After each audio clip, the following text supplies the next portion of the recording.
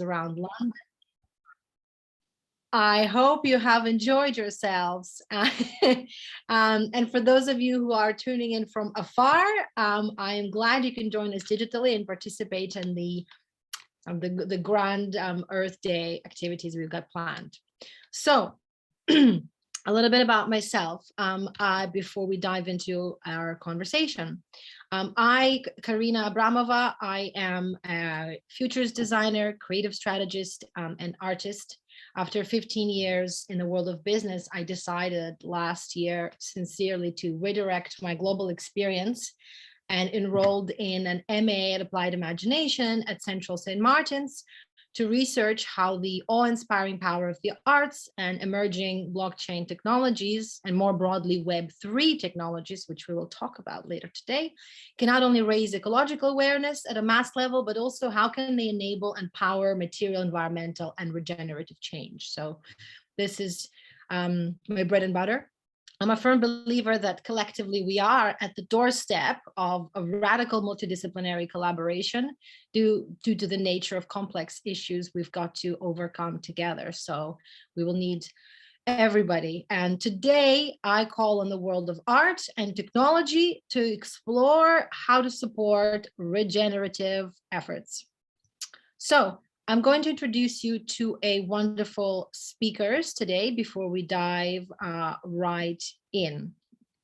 Okay, so Gemma, do you mind sharing the slides? If we have them, but I will get started. Yep, yeah, the second one, please. So we're going to start with Nick Hackworth. Nick, the second slide. Yes, there we go. So Nick Hackworth has been an active writer, curator, and art advisor. He studied at Central St. Martin's, the University of Oxford, where he read modern history, and the Courtauld Institute of Art. He has been an active participant in the art world for over 20 years. In September 2021, Nick with Pippa Hornby relaunched Paradise Row Projects as a one-year nonprofit curatorial project. The Paradise Row Project is located in Mayfair, and it showcases outstanding cultural projects, delivers on social and environmental impact through fundraising for frontline NGOs.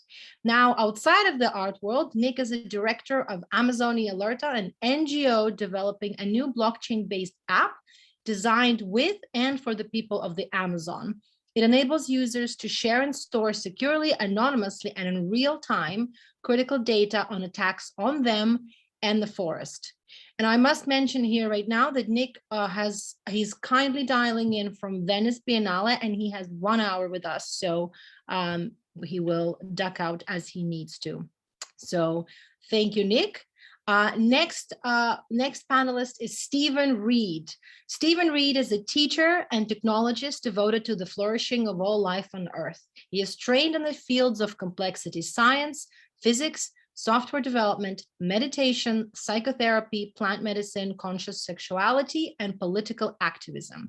He is currently teacher of the courses How to DAO, Tools for Regenerative Renaissance, The Promise of Decentralization, and Introduction to Web3. I can personally vouch they're amazing courses. And if you're curious about this, there is one coming up in May, so take a look. Previously, Stephen was the youngest ever board member of Greenpeace UK and consulted for organizations including the New Economics Foundation, the Living Wage Foundation, and 350.org. Stephen studied physics at the University of Oxford, where he specialized in quantum field theory and also has a degree in complexity sciences from the University of Bristol. Welcome. Next up, we have Kalpana Arias. She is a tech anthropologist, climate activist, and ecosomatics educator, currently working at the intersection between technology, nature, and urban design. In 2020, Kalpana founded Nowadays on Earth, which is a platform advocating for contact with nature in the digital age as a response to a global deprivation of green spaces and our need for human-nature relationships for individual and planetary well-being. Nowadays on Earth is a social enterprise growing environmental justice, They provide resources, educational content, programs, and workshops to close the gap between humans and nature while building intersectional urban gardening spaces. Thank you for being here today, Kalpana. And last but not least, we have Rebecca Holquist. Rebecca is a community team lead at the NEAR Foundation, which supports NEAR Protocol, a climate-neutral blockchain platform. NEAR Foundation works to enable community-driven innovation to benefit people around the world. And in her role, Rebecca works to empower all communities of innovators, especially those made up of creatives and artists. Rebecca came to NEAR in 2021, having finished her MBA and seeing that her original complementary industries of arts and culture management and events marketing would be out of commission due to the global events at the time. She has 5+ years working primarily for festival not-for-profits in the Greater Toronto area. She's also situated on Williams Treaties and Dish with One Spoon Treaty Land, which are Indigenous lands. And I believe we are going to hear more about it. So thank you so much for coming, and let us dive in and see where our discussion with these brilliant minds takes us. Next slide. Kind of section 1. Question 1. Setting the stage. I love this Marshall McLuhan quote. He said that art can be relied on to tell the old culture what is beginning to happen to it. And I find it quite interesting in this context of global change that we are living. And with that, I would like to challenge art and to take more of an activist stance. So I have a question for Nick. Nick, as a long-standing curator, writer, art advisor, and general culture maker, could you tell us a bit more about the instances where an artist or a group of artists did manage to bring huge awareness to an important social, political, or environmental topic? Looking at precedents, so to speak, why did that work? And can art in general play a bigger role in alerting the mass consciousness to the climate emergency we are living in? Thank you, Karina. Well, thanks for the introduction, and hello everyone who's tuning in, and fellow panelists. Nice to meet you all. Well, that's a pretty major question. So thanks for the very broad question, and I think it's a really fascinating one, because the question of what effect art can have politically is of course like a very contentious question, which the art world, it's almost like a subtextual question, because the art world, I think probably the institutional bit of the art world, curators and museums tend to think that art has some clear, tangible political and social impacts. And as someone who's been in the art world for a long time, I'm actually not so sure about that, even though I'm involved with art, and I've been recently at least involved with art projects that have a degree of social impact, or at least aim to have some social impact. The question of what that impact is, how you measure it, I think is absolutely critical. But let me go back to the first bit of your question. You're asking, are there any good examples or precedents of artists having major impact? We had quite broad categories there. Environmentally, I think that the short answer is I'm not sure. I mean, possibly, like, for example, if you take an example from the rarefied arena of contemporary art, Alafa Eliasson, I think in 2014, I think it was 2014, coinciding with the Paris climate summit, he brought, I think it was about 100 chunks of icebergs from the North Pole, shipped them down to Paris, and had them then installed them in various locations in Paris, and had them melting away. And obviously that was, I think, that's a really clear and probably a very good example of how creatively an artist tries to communicate in a tangible, emotional and aesthetic form what climate scientists and activists are trying to tell everyone all the time. Literally getting a bit of the North Pole, or a bit of a glacier from the Arctic Circle, and having it melt in front of people's eyes. So I think in terms of the claims that art can have to affect change, one of them is that, can you symbolically represent the urgent issue which you are trying to discuss or wake people up about? So that's its claim. How effective those kind of symbolic acts are at actually affecting change on the ground, I'm not so sure. And I'm actually probably quite skeptical about it. I think, and I'm a complete amateur, just kind of parachuting into the world of activism, just to be, full transparency. But two things I've been doing recently.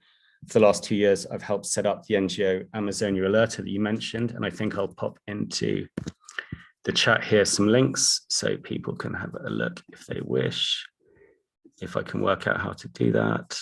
Okay. So actually, I can't work out how to do that. I'm afraid. Okay, here we go. I'll do it. There we go. So, okay, so here's some links, hopefully that should work. Amazonia Alerta. Okay, I think you'll have to copy and paste that one. So 2 things that I've done recently. Amazonia Alerta is a startup NGO based in Brazil. And we have developed a blockchain-enabled smartphone app that works on very basic smartphones, of which sadly there are lots across the Amazon. And the app enables local users to report environmental crimes. It does so anonymously, and I won't go into all the details because otherwise we'll run out of time. So I was primarily helping fundraise and do some of the management startup bits for that. The second thing I've been doing recently, which you introduced, was Paradise Road Projects. We are a 1-year non-profit commercial curatorial art project, and we've popped up for 1 year in a really extraordinary space in Mayfair. We could only afford it because it's a pandemic opportunity. And so for 1 year, we decided to put on exhibitions that we thought were culturally impressive, but also had a very strong link with generating some kind of social impact or environmental impact. But the way that we are doing that is twofold. The way that I think is most important is structurally, we just tweaked with the economic model. Most commercial galleries, when they sell a work of art by a contemporary artist, the conventional split is 50-50 between the artist and the gallery in terms of the income split after cost of production are taken out. So as a social enterprise, we just did a very small tweak. 20% goes to NGOs that are selected by the participating artists or curators, 40% to us, the gallery, to cover our costs. We're a non-profit, so if we did make a profit, it would be donated to the selected NGOs, and 40% to the artist. It's a very simple thing, and it's also a very modest thing as well, because you're only diverting a small amount of money. But personally, in terms of my thinking about how one of the ways the art world, for example, could really affect change, I'm talking about the contemporary art world, it's actually activating the wealthy and powerful networks that the contemporary art world taps into. So that's obviously not talking about the symbolic power of art or the cultural power of art, or trying to describe how cultural power translates into change on the front line, which I think is extremely difficult. So that's one thing. I would say that really you have to look at the money. Where does the money go? Can you use whatever it is you do to help redistribute some energy and time and resources to frontline organizations who are trying to affect change? And so one of the links that I put in the chat, the top one under Paradise Row, that was an exhibition that we did at Paradise Row. Very proud of it. It was an extraordinary exhibition of indigenous Brazilian art, curated by Sandra Benitez, who is the first indigenous curator employed by any museum in Brazil, MASPE. And the presentation that she put together for us with Anita Ekman, her collaborator, was the first presentation of indigenous Brazilian art and culture curated by an indigenous curator and anthropologist, as it happens. So it really was a showcasing of indigenous thought and cosmologies at this absolutely vital time. And I'm sorry, I'm also talking quite a lot. So Karina, if you want me to wind it up or shut up, then please let me know. Let me know if I've got more time to, should I carry on? Or it's good. No, I think we went into the second question a little bit. I'm gonna tweak the second one a little bit later when we get to it. But no, I think this is great. It's interesting that you're saying, you're talking about, the question of, is it working? Is it effective? We don't really know, which is why I brought the technological aspect into it, because maybe we need to collaborate and work together for, to continue the art's initial impact into the material and actually making it happen. So let us. Before you ask the second question, could I wrap up the first one really quickly then? Please. Sorry, I probably shouldn't have interrupted myself. Anyway, what I was going to say was with this exhibition Car Body, for us there, I think that that exhibition had two impacts. One, we managed to raise £20,000 for the two NGOs we're supporting. Not a huge amount of money, of course, but it's something, and they certainly made an impact with these two very small NGOs, one of which was Amazonia Alerta. So tying these two things I was doing together. The second impact was trying to measure how this presentation of Indigenous art and thought might impact on various different constituencies in London. One of the most interesting things about that exhibition for us is that its most enthusiastic reception was from very wealthy Brazilians who are based in London. Obviously, they go to Mayfair, where we are, the kind of prime gallery district and, luxury district of London, obviously.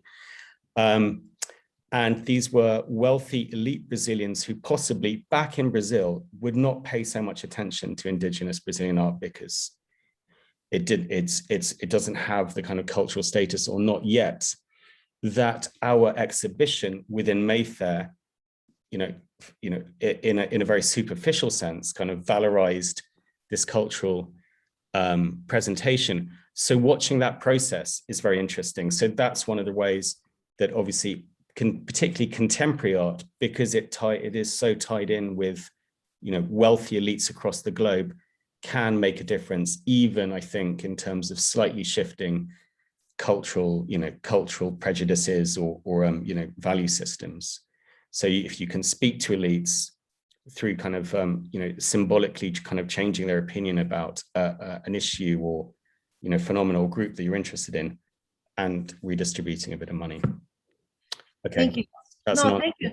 Thank you, Nick. No, this is great. I mean, you answered the question, because the last point of it was, the last point is, can art play a role in alerting mass consciousness? And by this example, with the wealthy Brazilians experiencing their indigenous art in Mayfair context, are changing their mind. They are changing their perspective. That's an elite, though. So that being quite specific about, that's talking to a very specific elite audience. The question of mass audience, I mean, I think everyone here is kind of, as participants in mass culture, is equally qualified to talk about it, but anyway, sorry, I'll shut up. Oh, no, but this is great. This is great. Now, going to the masses, we are now going to go to the technology. So bringing this back to the masses, one thing that I think about, and that my course leader has mentioned, he referred me to a Buckminster Fuller book called 9 Chains to the Moon, which was written in 1938. And back then, Buckminster Fuller said, if all the humans at the time stood on each other's shoulders, we would go to the moon and back 9 times, which kind of shows to me the potential of human collaboration and potential of harnessing, collective action in this mass movement. But the only way of how that could happen is, in my opinion, is technology. So I turned to Stephen, because when I think about technology, I think about internet in particular and how it's enabled this mass connection, right? And kind of part of globalization, so to speak. But I also do think about human power and potential with it. People can and have come together to mobilize on issues like Black Lives Matter and Extinction Rebellion, because they were able to connect, unite, learn, and find things out and make a move. So it seems that it's possible to shift behaviors with technology and to move things in the right direction. So, Stephen, you are known in the UK and global community as an advocate of blockchain technologies as well as environment. Can you tell us a bit more about this new collective and community possibilities that are being unlocked by blockchain and Web3, and what is there to be excited about with respect to challenges we face on our planet?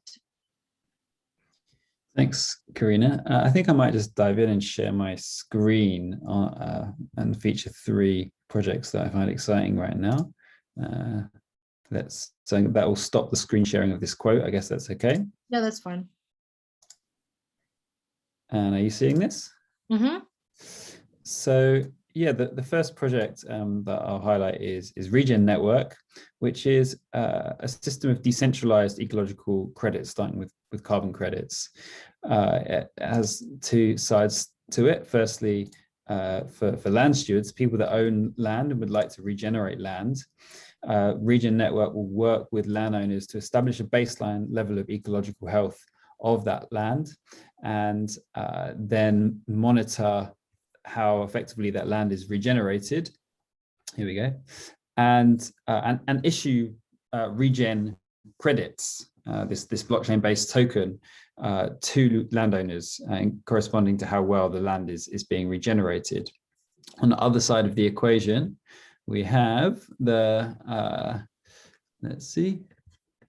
we have the buyers of these credits, these kind of proof of regeneration credits, and the typical buyers for these credits are large corporations that would like to offset or otherwise make good on some of the emissions that they are producing. And this is all being done on a Cosmos-based blockchain, meaning that it benefits from the core benefits of blockchain, including censorship resistance. That is, there's no authority, even in principle, can shut down or interfere with this decentralized system of ecological credits. The other project I'll highlight is Proof of Humanity. So Proof of Humanity are building a registry of verified humans on the blockchain, which is an interesting primitive to have. It means we can actually do things like one person, one vote voting, but they are also actually working on a universal basic income project, this UBI token, with the dream of actually paying a global universal basic income to every citizen on Earth.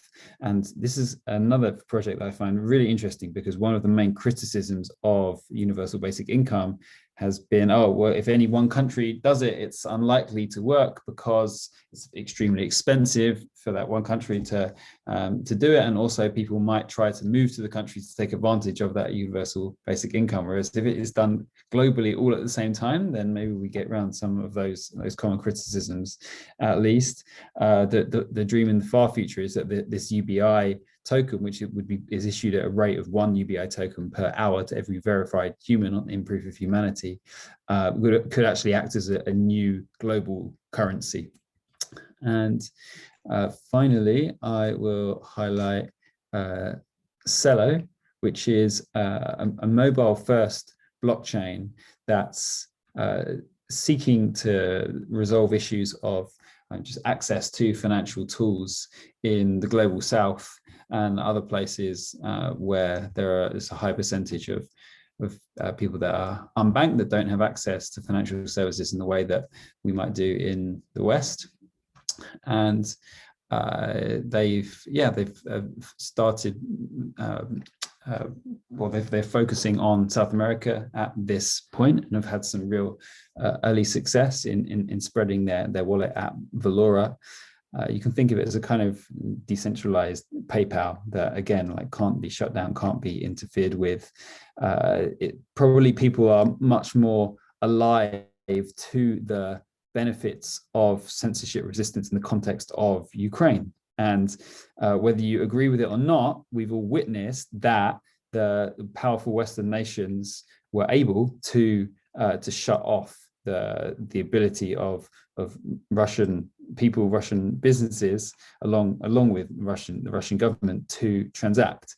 Now, I'm not going to get into whether that's like it was a good or bad idea, but it's just clear that we've seen that it's possible. And one of the potential advantages of moving to this technology is that it will enable normal people all over the world to continue spending on daily goods and services without fear of their accounts being shut down by their own government or other governments. So I think those three projects are highlighting in different ways some of the social and environmental goods that is going on in the blockchain space right now. Beautiful. Thank you, Stephen. If anybody has any questions as well, there will be some Q&A later on, so please feel free to make a comment and write about it. I do have an ad hoc question. I wonder if we have time for this. Stephen, do you think that the uptake of these technologies and these projects is happening at a healthy speed, at the rate? Like, like what is potentially kind of, I don't want to say stopping, but hindering the widespread uptake of these technologies? Or is it growing at a healthy speed, in your opinion? I do think the blockchain sector and the Web3 world has some challenges in relation to user interface and user experience. Maybe we'll hear a little bit more about that from Rebecca and Neil. I know that's something that I've been keenly interested in. Yeah, it is still too complicated and too much at the time for the average user, and that is a major challenge. I think if we can solve some of those issues, then we're likely to see a much more rapid uptake of some of these apps, or dApps, decentralized apps as they're known. Yeah. Thank you. Okay. All right, we've heard about technology. Now I'd like to bring it down back to humans for a little bit. And I'm looking at Kalpana here with a bit of a question. I was recently reading Claude Levi-Strauss, fellow Canadian, reading his Myth and Meaning lectures, and he pointed out there that since about 17th and 18th century, the separation between science and relatedly technology, as well as the world of the senses, so the natural, kind of the more human, has started happening since then. So it sounds like, it's been an ongoing separation, and humans have been conditioned in a sense. So a question for Kalpana: as an ecosomatic practitioner and a lover of both technology and nature, as you told me, can you tell us how you believe humanity might wish to cultivate a positive relationship between nature and technology? How do we reconcile it within ourselves, and how do we bring the two together, both individually and collectively in terms of the future that we are building? Hello, hi everyone. Very nice to be able to share this space with you all. And Karina, thank you for the really deep questions. It's nice to be able to ruminate and contemplate them. In my perspective and how sort of I perceive and sense the world, when you look at technology, it's always been a part of our human existence. We are a tool-making technological species as much as we are a part of nature itself. So to determine how our relationship to nature can guide us towards a more regenerative future, we have to start by evaluating how our everyday environments encourage more interactions with technology than nature, especially within urban cities and environments, and sort of like inducing our senses through an exploitation of the senses into this kind of cyber reality that's sort of based more on fantasy and illusion rather than our more immediate lived experience. And I'm talking more about like social technologies, of course. So I think before we even get to start to answer that question, we kind of have to get out of the world of binaries of positive and negative, and just look at understanding what a relationship even is. So what is your relationship with nature and with technology, and at least start to acknowledge that there is a relationship and there's already an existing space, because what it looks like to individuals at a personal level is going to be very different, because we are all unique in the way that we navigate our way through this world. So if you can look at your relationships with both nature and technology without the judgment of bad or wrong or right, there is no way, there's no wrong way, there's only a way.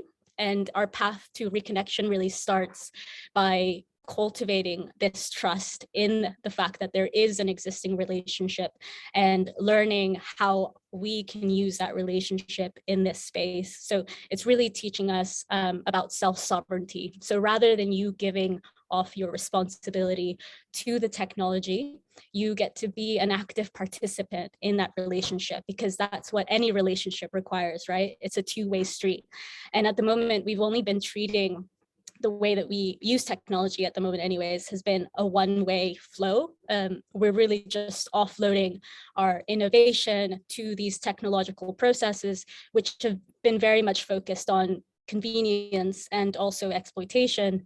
So I think to really build our harmonious relationship with technology, we can first listen to its relationship with the environments that we're in and the ecosystems that we're a part of. So we can start working with it and work with nature as well, rather than against it. And to avoid like the total environmental collapse that we keep seeing in the news, and also just in our everyday lives, I think just starting at that point of reflection and understand that you do have a relationship with both technology and nature. And from that point, explore the alternative models that you can use to nurture your connection to the earth again. And at the end of the day, it is nature itself that regulates our own technological designs.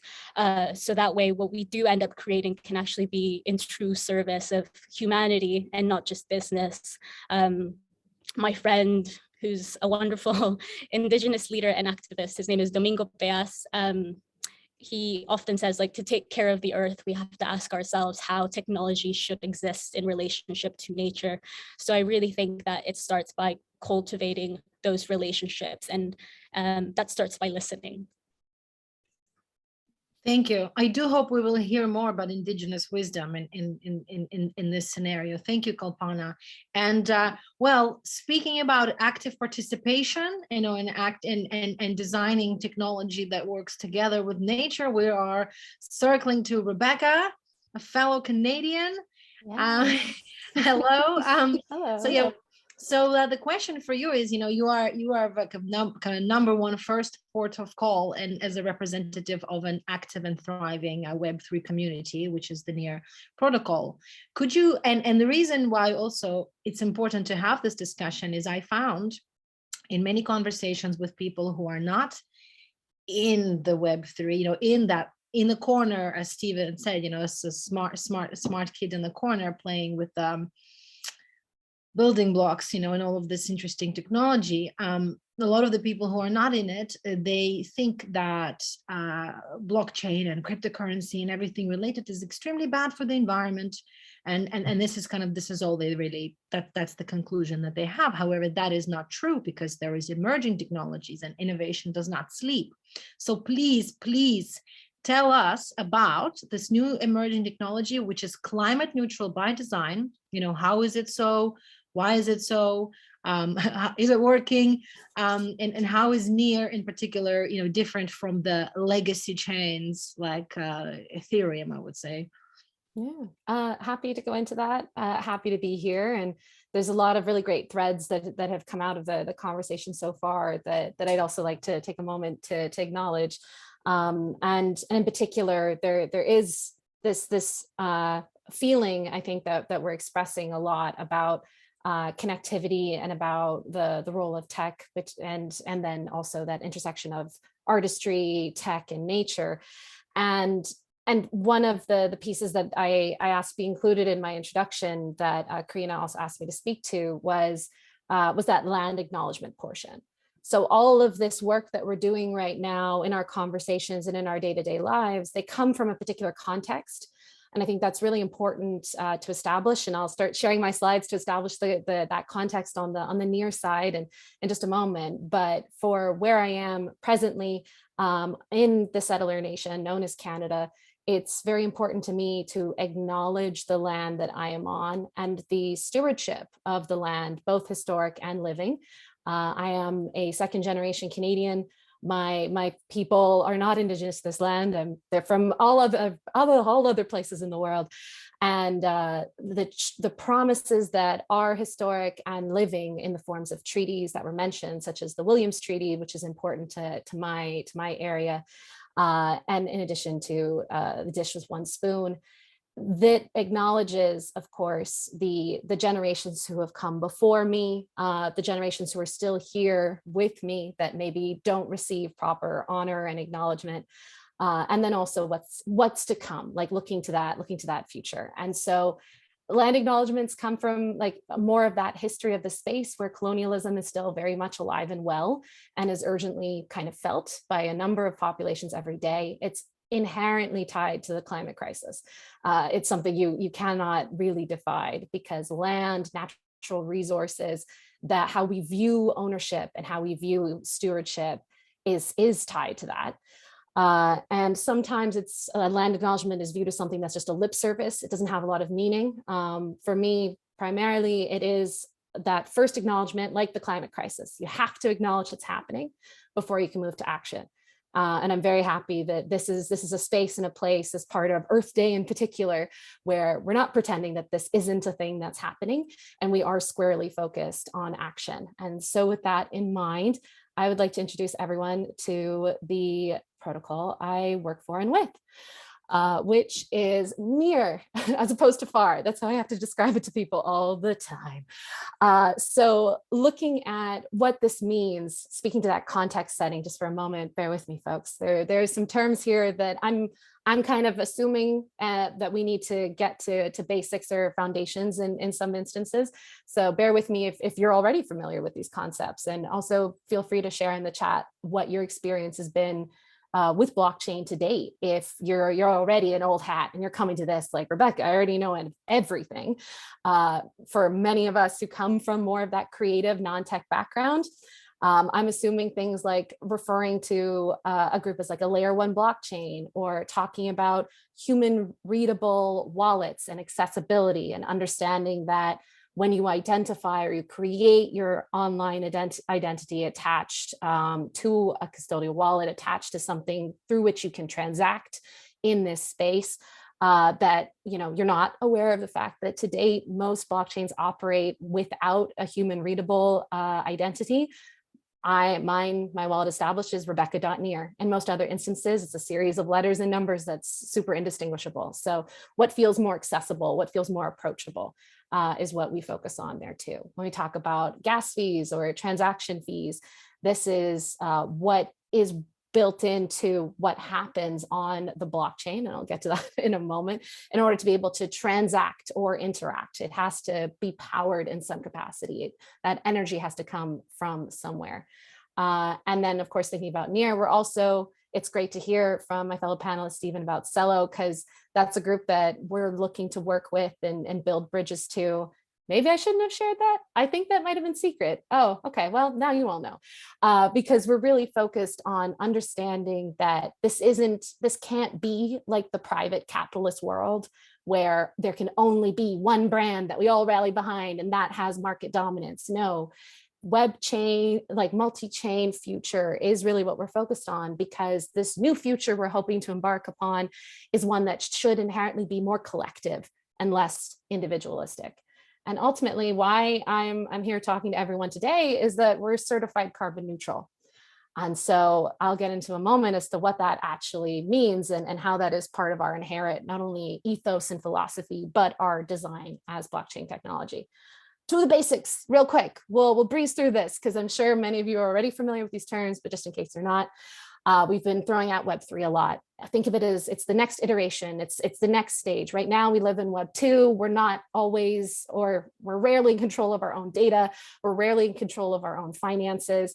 When something is decentralized and every individual can take ownership over their own assets, their identity, whatever that looks like, that is the future to us. That is what we're talking about when we say Web3. And the tools that comprise that future include the blockchain.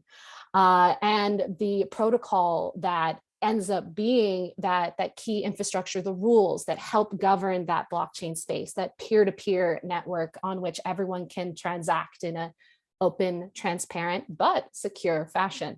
That is key. We don't want anyone to be putting up information here to then have it stolen by any malicious agent.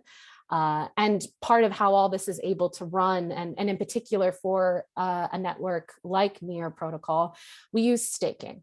So this involves, it's like, how do you define it? This was the hardest I tried, folks. There's so many different resources one could look into in order to gain a more nuanced understanding of what staking means, and I hope you do so.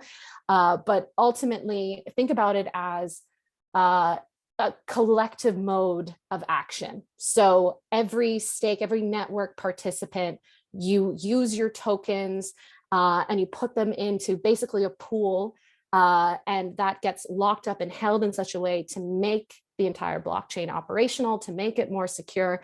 And those individuals who assume that responsibility of validating the new blocks of data through this structure receive rewards for that work. And this is how it all, in very simplistic, oversimplified terms, is how it operates.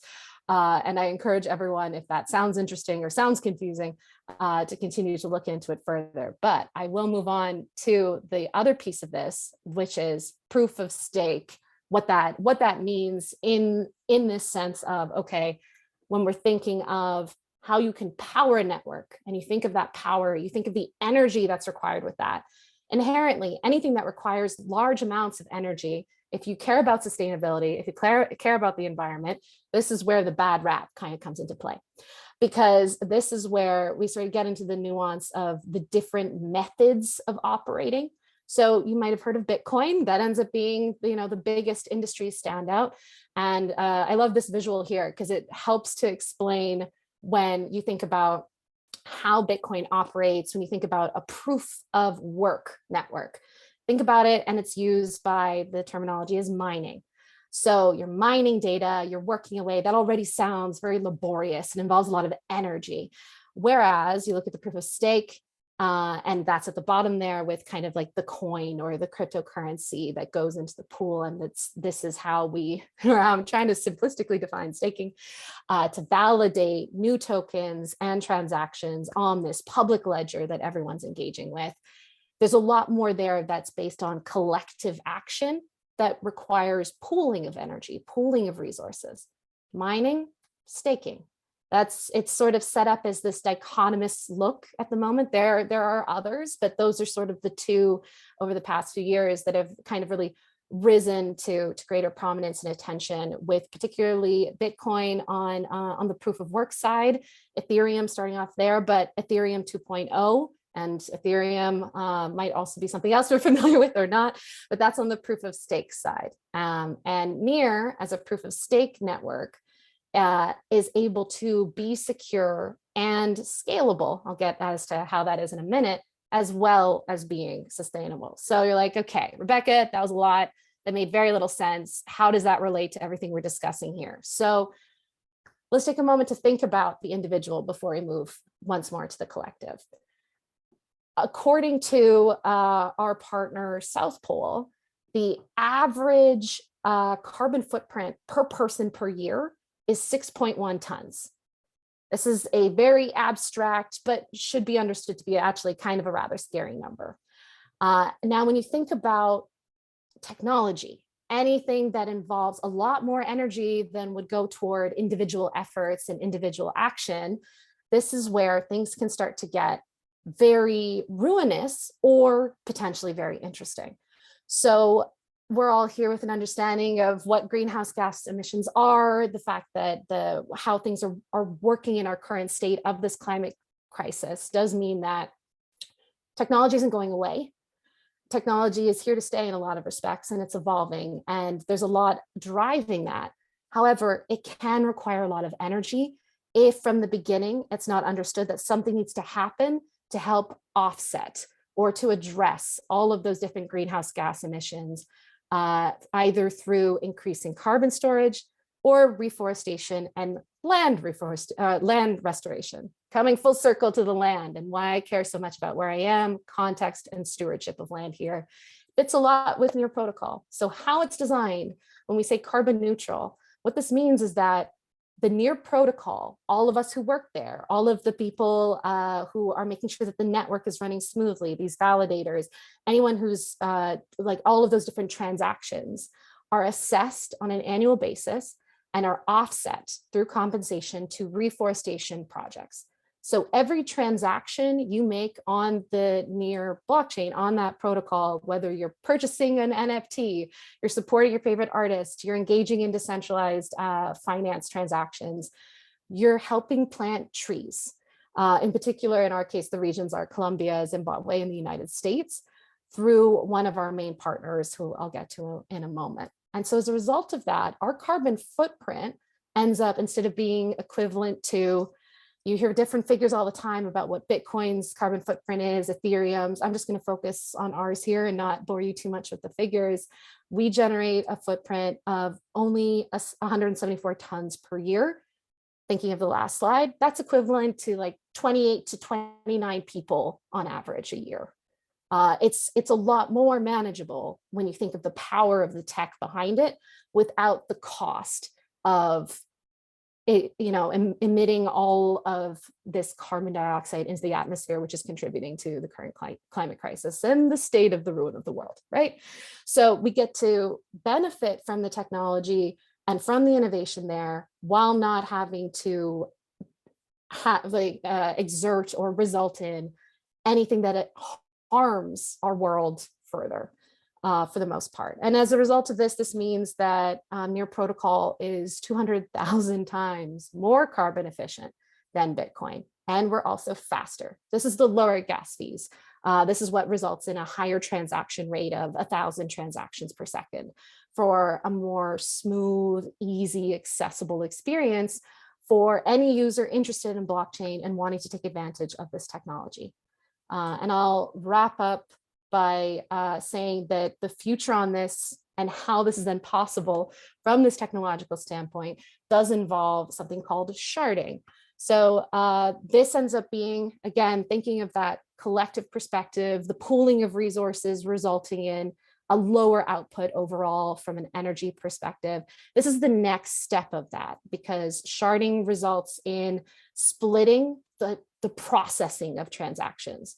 So you end up being able to, and this is the scalability part, you end up being able to have a higher number of shards. You're able to scale linearly. So you are outputting actually more transactions per second than we are to date. It's sharing the burden of that energy that's expended and the process output time so that you can have more users engaging with the blockchain to the point where we're planning for, we want millions, we want billions. This is something that when we say mass adoption, we want everyone to be able to use. We want it to be accessible to everyone. This is key to that. We launched like phase 0. It has this really cool name. It's called Nightshade Sharding, phase 0. And it launched just in November, and further launches will happen to date, but it has already resulted in a rise to 300,000 daily transactions.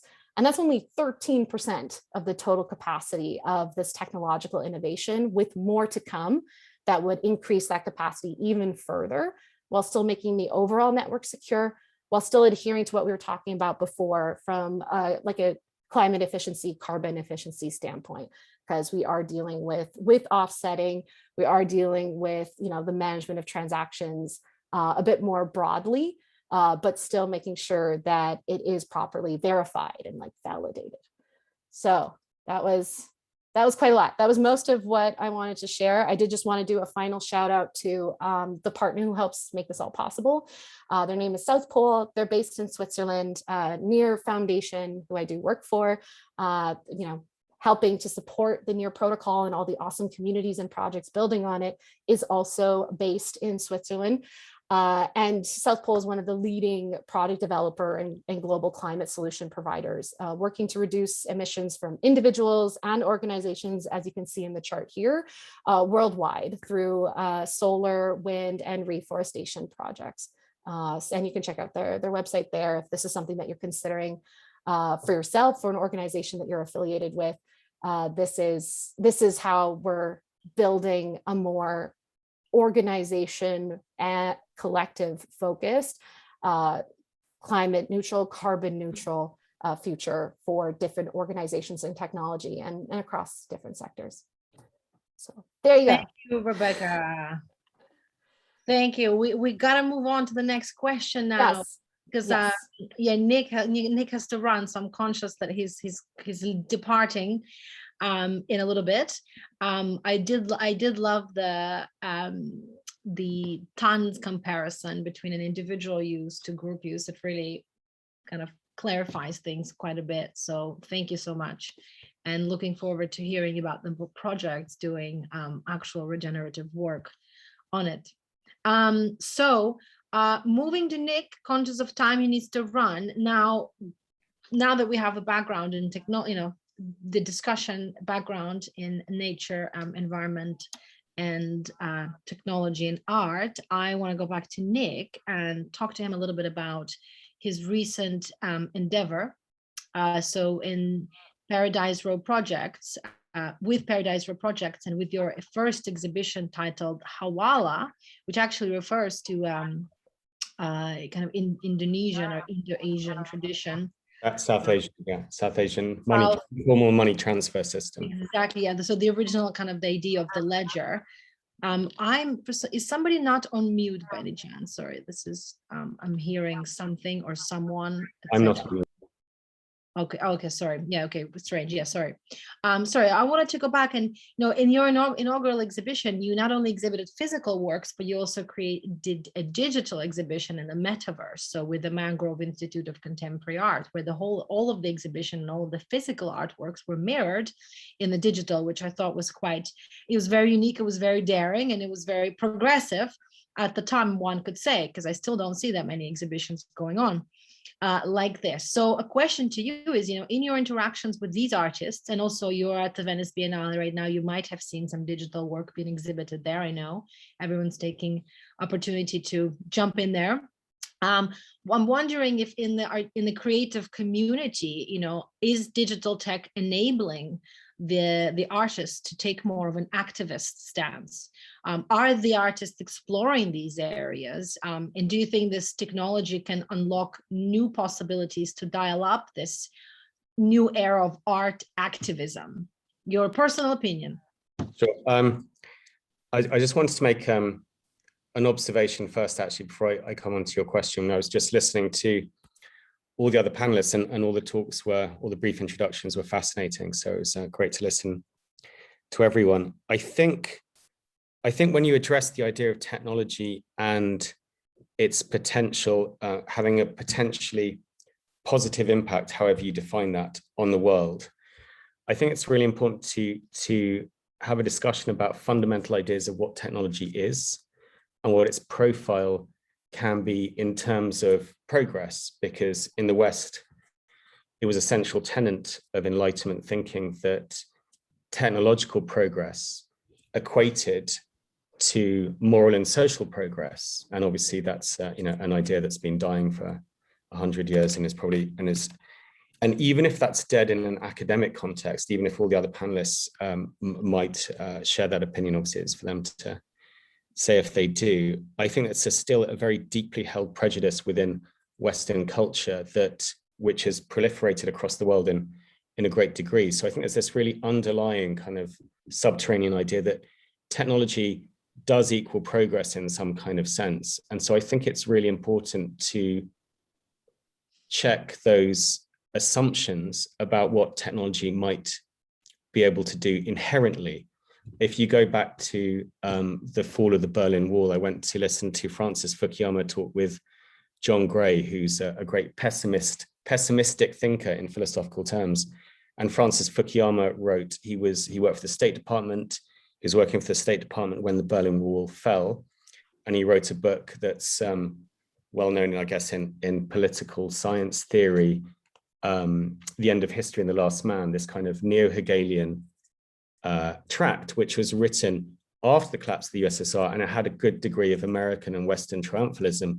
The assumption, like picking up a kind of light version of Hegel, that the world had come to the end of, in terms of seeing what all the good options in terms of how we organize ourselves socially and politically.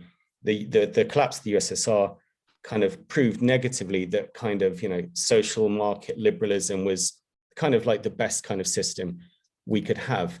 And fueling that kind of triumphalism, this kind of really quite crazy idea that historical evolution had changed, there was a good degree of technological boosterism driving that. So Fukuyama described IT, information technologies, as technologies of freedom. There was an assumption, for example, in the US State Department, I think in the 80s and 90s, that if you proliferated information technologies, there would be something inherently pro-market, pro-democratic about those technologies. And obviously, as the Chinese Communist Party has shown, that these things are not true. That I think personally, and I'm not a tech expert at all, that tech is basically a neutral thing. It really depends how you use it. So I think in all, and obviously all the participants, experts in areas, were talking in very nuanced terms about what they do, but I think that's a really essential thing. I mean, that's my opinion, to address straight away that technology in itself is not going to change anything. It's really how it's used. So I think, the political uses of the technology, the economic base, all of those things are the really, really critical aspects. Of course, certain technologies enable, things here and there, but, we've had progressive social movements before writing, or, before electricity. So, it's really how those things play in a very nuanced sense, I think, that is always essential to ask. So I'm sorry, I probably used up my time, but the very short answer about the other bit is that I think it's just a subset of the other answers. I think technology allows artists to probably cooperate and communicate in different ways in and of itself. I'm not sure it's that necessarily transformative in terms of the actual art world and the things that are particular to the art world. I think the activism is just a general global trend, which happily, and I think it's a good thing, is having more of an influence in the art world.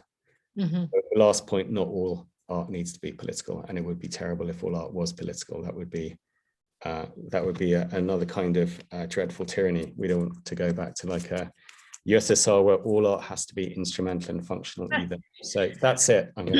We need some palate cleansers as well. I agree. Thank you, Nick. No, this is great. Your perspective is very valuable. And if anybody wants to comment on that, I mean, I saw Stephen agreed and shared his podcast. But I think we're running out of time, so we must move on. So again, thank you all. Last couple of questions, and this one is a kind of a double bill, a question for both Kalpana and Stephen. So I would think about how you'd like to answer that. I kind of moving on from that then. I mean, is there really an achievable version of reality where every human and technological endeavor has a positive environmental impact, if we organize ourselves and we build the structures correctly? And if so, what might that look like? Is this already existing? Are there blueprints of this in some hidden communities or open communities? And at a practical level, how might creative communities use these technologies? And I mean specifically in the kind of artistic way, or in a creative way. How have they organized themselves and have they offered to move their audiences to achieve optimistic futures rather than the pessimistic ones? Who is doing it well? Who wants to go first? Maybe Stephen? Sure, yeah.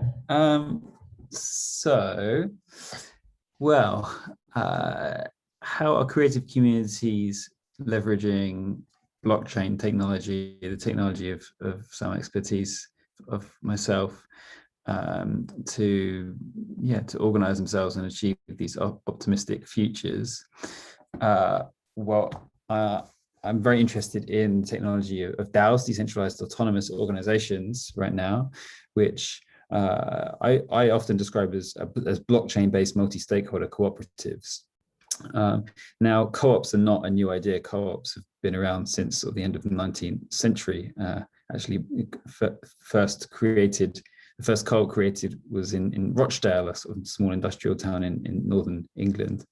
And they're a curious thing. They've always presented this quite alternative model to sort of mainstream capitalist ownership, and but they've consistently had problems scaling. And this is why one of the reasons why I think DAOs are so interesting, because they have this kind of like super scalable quality by virtue of being internet native organizations. They don't care about nation states, the laws of nation states. Instead, they work through a system of smart contracts where code is law, that comes with advantages and disadvantages, but certainly enables participation across borders in a much more natural way than we've seen with many traditional types of cooperative. And there is some early positive evidence that that DAOs are stimulating some kind of like renaissance in cooperative ownership. That is, people becoming like familiar once again with the idea of owning the products and services that they use, which somehow has fallen off the agenda. You know, like the fact that literally billions of people are using Facebook each day. Facebook is making, you know, crazy amounts of money off the people kind of like giving their attention to that product. Yet we end up owning none of it and having no say over the technology and over the algorithms that power it, that kind of capture our attention is, well, I think it's absurd. And I think hopefully in like, you know, not more than a decade, we will look back and say that was absurd as we step instead into this future where we are co-owners in the platforms and products that we are using, and then we get to shape them to our own ends. And so to link back to what, you know, Nick just said, I very much agree there. Like technology is useful. Like at the point at which we are co-owners of the key technologies in our lives, yeah, what then? No, it doesn't necessarily turn out well. That, I think, whether it turns out well or not really depends on who we are as humans and the kind of decisions we're collectively making at that point, which is why I'm also very interested in the role of personal development and personal growth, particularly within the technological community. So we kind of tune the humans that are right now building these technologies into, say, higher primitives of love, of compassion, of generosity. But yeah, I'm cautiously optimistic about DAOs to enable creative collaboration at scale. Thank you. This is perfect. Kalpana, how would you? Hi, sorry, my internet's a bit unstable, so just in case my camera goes off, it's just to make sure at least you're able to hear me. Yeah, you know, first of all, I think this conversation holds a lot of nuance. I don't think there's like an either or, and I think to really even find our orientation in these worlds, we need to be able to manage different spectrums of perspectives.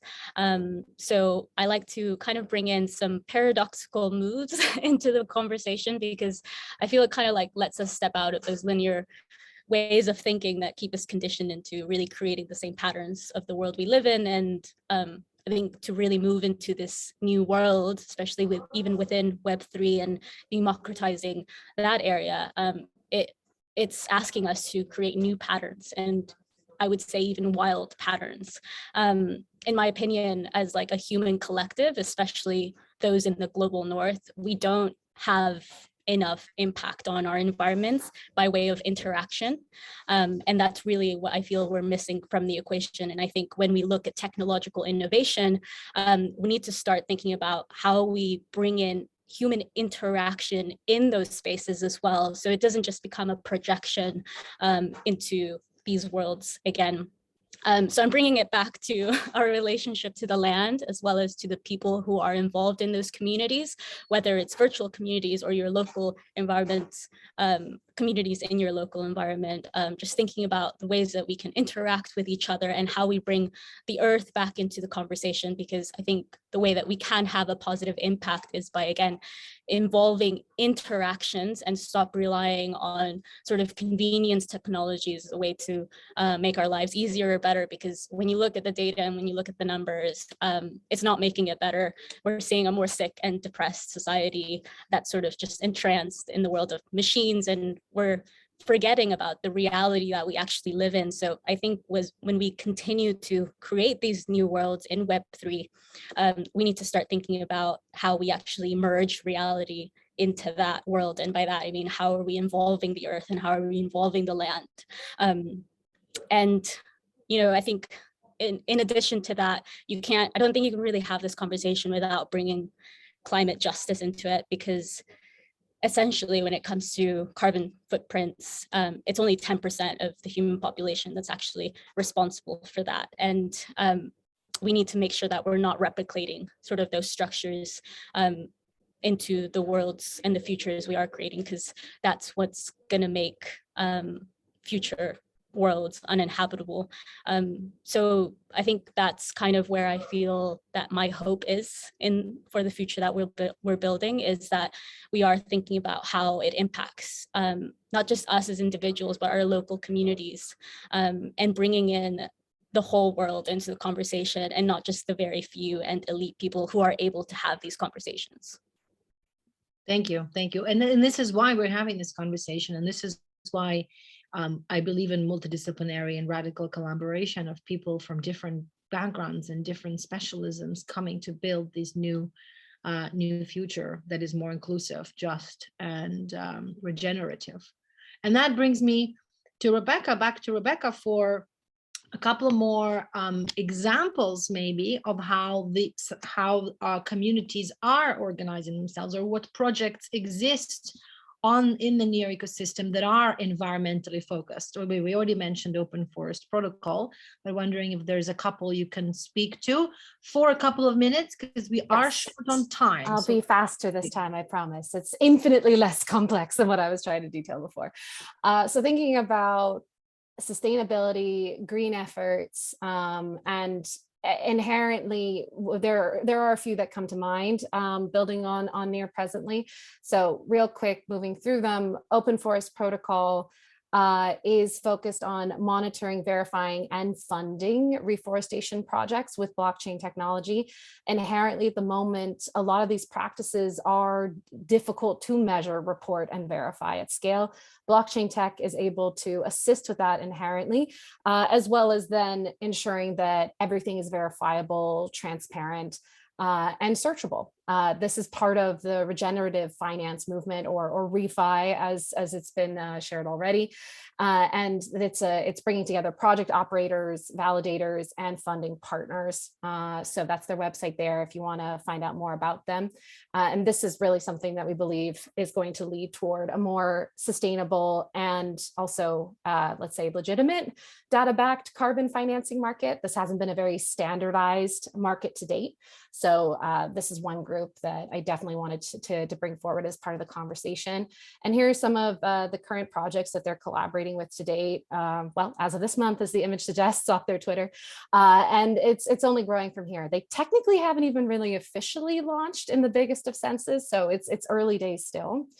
And then I wanted to talk about how artists in particular, considering the topic of the conversation of the day, there are a number of different artist collaborations and artist-fueled projects looking at green technology, green tech, understanding the bad rap that non-fungible tokens have for being energy suckers out in the world. And so there's a few groups I wanted to spotlight, and they're using NFTs in different ways to achieve various goals. Clean NFTs is a group that, it's 3,000 artists within their community. NEAR Protocol is just one of the chains that they're currently interacting on. And they have actually a running database going of what the most eco-friendly, cryptocurrency and blockchain tech resources and platforms there are out there. So check out their website if this is of interest to you. And this is what behooves us as users, as we're participating in this broader ecosystem of Web3 tech options and blockchain, to consider, okay, is what I'm doing today energy efficient, as we would with any other purchase or interaction we take in our lives, or I hope we're taking in our lives. And there's also a project here that I wanted to spotlight called Green NFTs. And it's a collaboration between the partner I mentioned before, South Pole, one of the NFT marketplaces on NEAR called Mintbase, as well as NEAR Protocol itself. And this really great infographic from this influence account Near Daily, loves them, is that you're thinking about, of course, compensating artists, empowering and supporting artists for their work, incentivizing them to use more green technology in order to create a revenue stream for themselves and their product and their artistic creations through the sale of NFTs, but also ensuring that there's this fundraising mechanism. So when you have split royalties, or you can incorporate split benefits inherent to the NFT contract that you're launching, which means that you could both earn a small percentage yourself or give it to the artist, and then another percentage can go toward a fundraising cause of your choice. And so this is one such instance where a percentage was half, that is, was going to different climate certified action projects that South Pole is partnering with. And a similar fundraising initiative happening here, but focused on marine pollution. And so this group, Voice of the Oceans, as spotlit as a use case with another organization called Bee, as in the bees, Bee together, nice and punny. It's looking at both research and then action when it comes to alleviating marine pollution and plastic in the oceans in particular. Similar concept here, but taking the very trendy profile pic or like PFP collections that you might have seen of people across Twitter. You're like, what's that picture? And it's an NFT, maybe. This building on to sort of that signaling of community affiliation that's happening at the moment in a very large way across social media, and turning it a little on its head and saying, okay, that's cool, that's great, that sounds lovely, but let's also ensure that there is a more social good, environmental good aspect to it. So it's fundraising, it's these friendly sea creatures with these little turtles, and they're so cute. And they're also going toward climate action fundraising causes with every purchase. And you can find out more on Be Together about that as well. Similar group, but looking at beach cleaning. So using the power of NFTs again for fundraising, but then also to ensure that any sort of like action or activation that's toward the betterment of the climate, in particular beaches here in Antigua, that you're empowering individual action through the sale of NFTs, but then generally they do a lot of educational workshops as well with green tech in mind.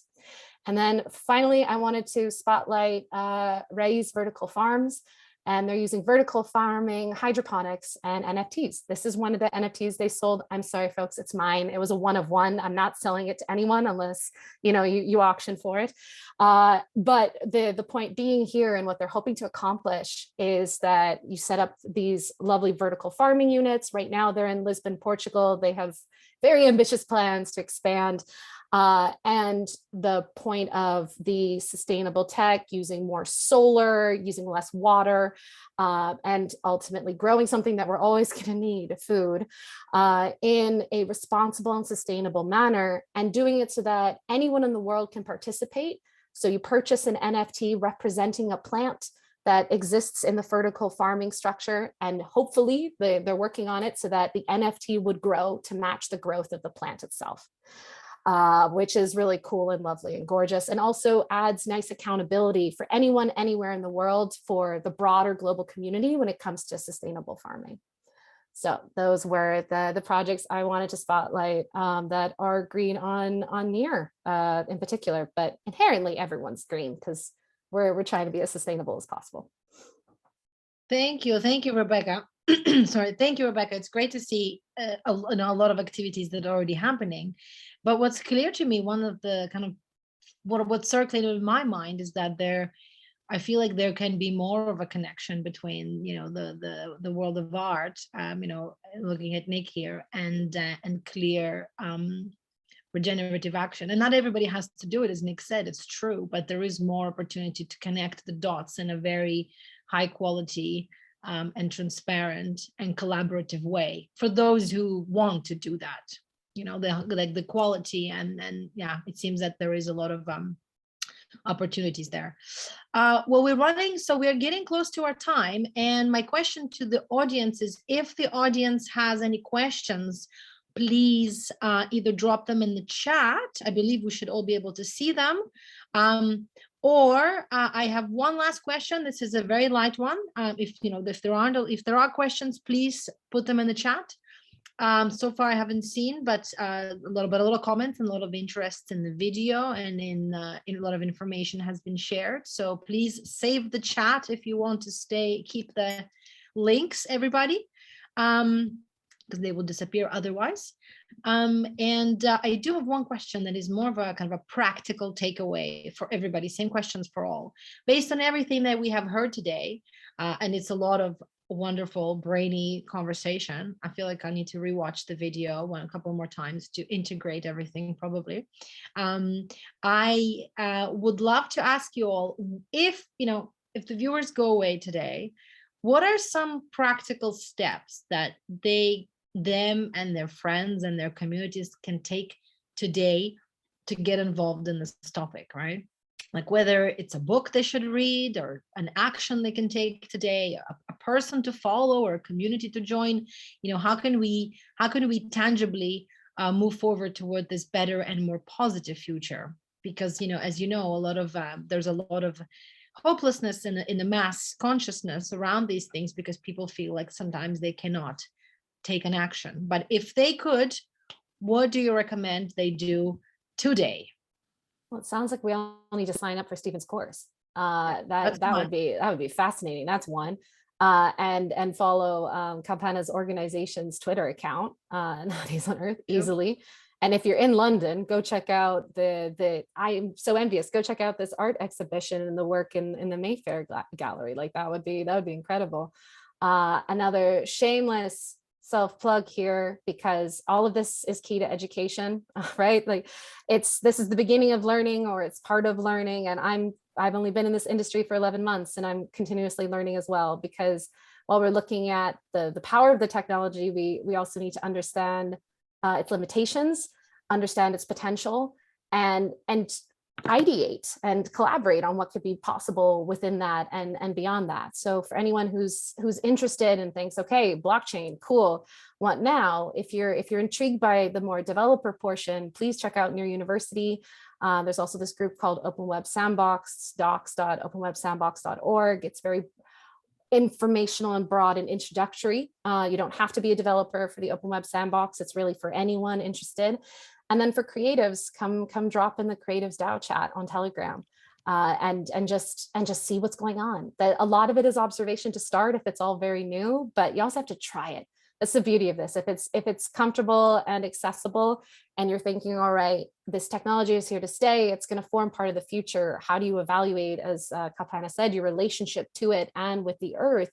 It's by accessing it and figuring out ways to add it to your day-to-day life, but in a way that enforces more connectivity. And then lastly, if any of this feels even more daunting than even just getting started with a wallet, DM me on Twitter and find out what could happen after that, letting me know that you were here at this event, because that's something that in many ways can feel like a great barrier to start of, okay, blockchain, cool. What do I need? What do I need to even begin? And sometimes it's just as simple as setting up a wallet, and hopefully it's easy to set up that wallet. And then it's a question of, all right, what do I do with this digital, like blockchain version of my identity now? Where does it go? What can I see? And for that, maybe you might need Stephen's course a bit more from the broader philosophical perspective, but on a tangible basis of an artist wanting to do something on the blockchain, it can be as easy as that, just setting up a wallet. Thank you. Kalpana, Stephen, Nick? I can add something quite brief to the whole thing. One is just really get to know your local communities, like actually interact with them, learn these technologies. If you're here in this panel for a reason, it's because something from these topics interests you. So be that advocate and be that educator that can teach and actually democratize this whole area, because a lot of people do need to learn, and we need people who are just beginning as well, and just take everyone on a journey with you. I'm sure they'll really appreciate it. The power of collective thinking and organizing is super important. So just make sure that you get to know, exactly what are the communities that you're trying to serve, what impact are you actually trying to create and have on the earth. And I think the potential for creativity comes when we actually bring in interaction with radical imagination. And that's really the space for growth that I see into like what Web3 world is starting to really manifest as. And yeah, just, be curious always. Thank you. Thank you. Oh, that's well said. One thing I would say as well is get out there, go in your locale, look at the plants that grow near you, look at the leaves, listen to the birds, get to know that. I read the book called How to Do Nothing by Jenny Odell, and she's a writer and artist and a environmentalist. And she was talking about how she got to know her area, got to know the birds that are there, that come to your porch or garden rather, as well as learn what grows in your area. So a little bit of that presence situated in the geography that you're in would connect you and ground you to nature more, and then ground your actions. Can I drop one more thing in on a related topic, which is not something I've really spoken about today, but if you haven't already, grow your own psilocybin mushrooms and take them in a safe place under the supervision of someone that cares about you, that you know and love. The organization I worked on before entering the Web3 space was the Psychedelic Society, and I'm still convinced of the absolutely transformative potential of psychedelic medicines, plant medicines, to really connect us with nature at a very fundamental level. And I'm looking forward to the day when these sacred medicines are legally available to people in the UK and indeed all around the world. Thank you. And Nick, will you bring it home? Okay, sure. First of all, I thought that was really inspiring listening to Rebecca and Stephen and Kalpana. I particularly think, Kalpana, what you were talking, I think you summed it up very well about trying to have that chain of responsibility and just having a very clear idea of what impact you are having or might want to have in those actions. But I think very simply, it's probably to take action if you can, if you have the capacity to do so.